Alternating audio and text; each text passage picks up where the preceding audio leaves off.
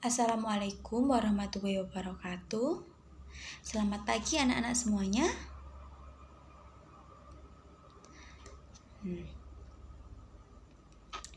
Sebelum kita memulai pelajaran pada hari ini, marilah kita sama-sama membaca surat Al-Fatihah supaya Allah selalu memberikan kemudahan kepada kita dalam proses belajar mengajar ini. Bu Guru minta untuk ketua kelas untuk memimpin berdoa teman-temannya. Amin, amin ya robbal alamin. Oke, sebagai umat muslim, kita harus selalu menjaga kebersihan. Maka Bu Guru minta kalian melihat sekeliling kalian atau sekitar kalian, apakah ada sampah atau tidak. Jika ada, Bu Guru mohon kalian bisa membuang sampah ke depan kelas, ke tempat sampah. Terima kasih yang sudah membuang sampah pada tempatnya. Oke, Bu Guru absen terlebih dahulu ya. Jadi yang tidak masuk di sini hanya satu, Mbak Sevina karena sakit. Kita doakan semuanya agar Mbak Vina diberikan kesehatan oleh Allah Subhanahu wa Ta'ala. Amin. Sebagai makhluk sosial, kita akan selalu melakukan atau kita akan selalu berinteraksi sosial kepada manusia lainnya. Maka dari itu, kita kan makhluk sosial. Kita butuh orang lain. Dan interaksi sosial ini berjalan bukan hanya 1 atau 2 hari, tapi seumur hidup. Jadi dalam berinteraksi sosial, kita harus secara baik. Karena kita makhluk sosial. Karena kita butuh orang lain untuk hidup. Ya. Jadi, topik pelajaran pada hari ini kita akan belajar tentang interaksi sosial. Siapa di sini yang tahu alasan kita belajar tentang interaksi sosial? Ya, betul. Kamu? Betul. Kamu? Betul. Ya. Ibu jelaskan lagi. Alasan kenapa harus belajar interaksi sosial, tentang interaksi sosial yakni pertama, agar kita mengerti atau kita memahami tentang pengertian interaksi sosial. Kedua, agar kita dapat mengetahui tentang syarat-syarat interaksi sosial dan kita dapat mengetahui tentang bentuk-bentuk dari interaksi sosial yang terbagi menjadi 2, asosiatif dan disosiatif. Oke, Bu Guru beri gambar. Coba kalian lihat di layar proyektor tersebut. Di sana ada 2 anak perempuan sedang bercengkrama. Kalian amati terlebih dahulu, Ibu kasih waktu 3 menit.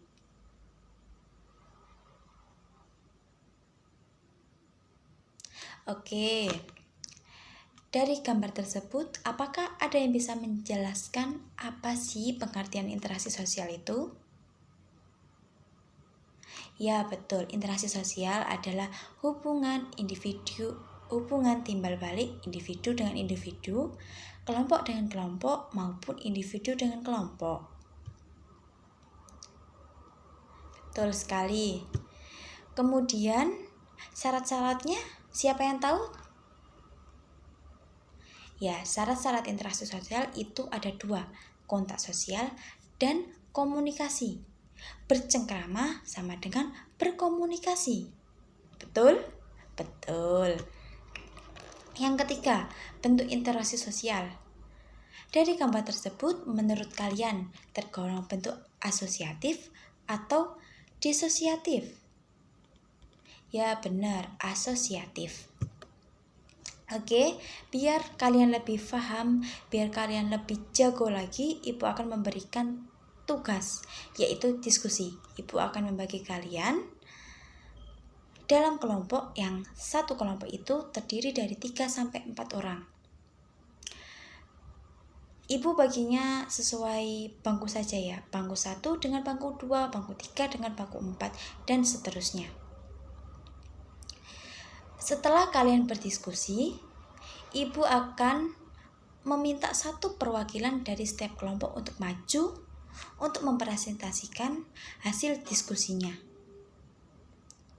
Kemudian, dalam proses diskusi tersebut, kalian boleh tanya apa yang kalian kurang pahami, apa yang kalian ingin tahu lebih jauh kepada Bu Guru.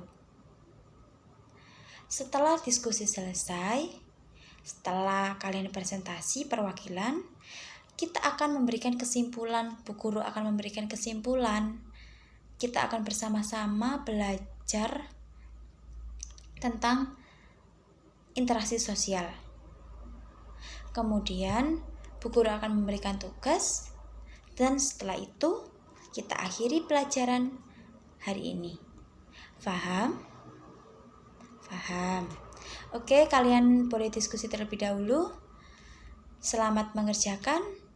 Selamat bekerja sama.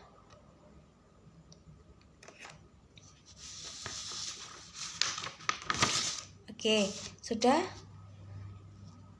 Siapa yang mewakili kelompok 1? Silakan maju.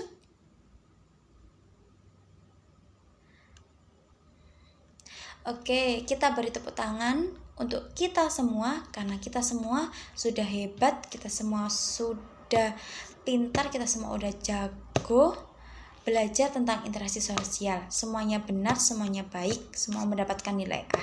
Kita tepuk tangan terlebih dahulu ya. Oke, kita berikan kesimpulan sama-sama. Jadi, interaksi sosial yaitu suatu hubungan timbal balik yang dilakukan oleh individu dengan individu, kelompok dengan kelompok, maupun individu dengan kelompok. Yang kedua, tentang syarat-syarat interaksi sosial. Syarat-syarat interaksi sosial ini ada 2. Kontak sosial dan komunikasi. Kontak sosial ini tidak harus selalu pandang-memandang, bertemu, tetapi juga bisa lewat telepon, lewat pesan. Yang kedua adalah komunikasi. Komunikasi seperti contoh tadi, yaitu gambar orang bercengkerama.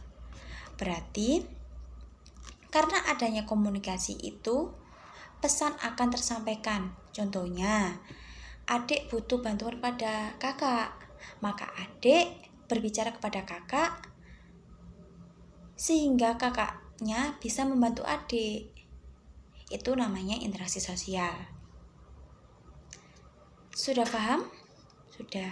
Yang ketiga, kita membahas tentang bentuk-bentuk interaksi sosial. Bentuk-bentuk interaksi sosial ini ada 2. Interaksi sosial yang asosiatif dan disosiatif. Asosiatif ini yaitu bentuk interaksi sosial yang positif yang mengarah kepada kesatuan. Sedangkan disosiatif yaitu bentuk interaksi sosial yang mengarah kepada perpecahan. Sudah paham? Sudah.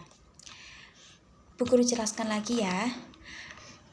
Bentuk interaksi sosial yang asosiatif ini dibagi lagi menjadi 4. Yang pertama yaitu kerjasama, akomodasi, akulturasi, dan asimilasi.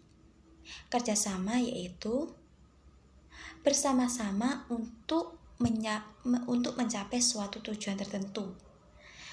Kedua yaitu akomodasi, yaitu suatu cara yang dilakukan oleh seseorang untuk menyelesaikan sebuah konflik.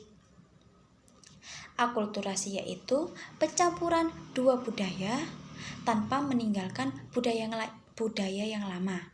Sedangkan asimilasi yaitu percampuran dua budaya membentuk suatu kebudayaan yang baru. Paham? Sedangkan disosiatif ini dibagi menjadi 3. Yang pertama, ada kompetisi atau biasa kita sebut dengan persaingan. Kedua, ada kontroversi. Kontroversi ini artinya yaitu sifat menentang tapi dengan cara sembunyi-sembunyi. Yang ketiga yaitu konflik atau yang biasa disebut dengan perpecahan karena suatu pendapat yang berbeda atau suatu kepentingan yang berbeda. Oke, kalian semua sudah paham? Sudah. Oke, pembelajaran hari ini tentang interaksi sosial sudah berjalan sangat bagus. Untuk pertemuan minggu depan kita akan belajar tentang pengaruh interaksi sosial terhadap pembentukan lembaga sosial. Ibu minta semua di rumah belajar tentang materi pengaruh interaksi sosial terhadap pembentukan lembaga sosial. Ya. Untuk tugasnya kalian bisa mengerjakan LKS halaman 203. Dikerjakan yang pilihan ganda dengan isi yang 10. Minggu depan dikumpulkan. Terima kasih, semoga kalian semua selalu diberikan kemudahan oleh Allah. Semoga kalian semua selalu diberikan kesehatan. Semoga kita bisa berkumpul minggu depan dengan keadaan sehat walafiat. Semoga ilmu yang Ibu beri bisa bermanfaat untuk kalian dan bisa menjadi manfaat juga untuk Ibu. Sekian. Dan Ibu mohon maaf bila ada kesalahan kata, bila ada yang perilaku yang kurang berkenan di hati kalian.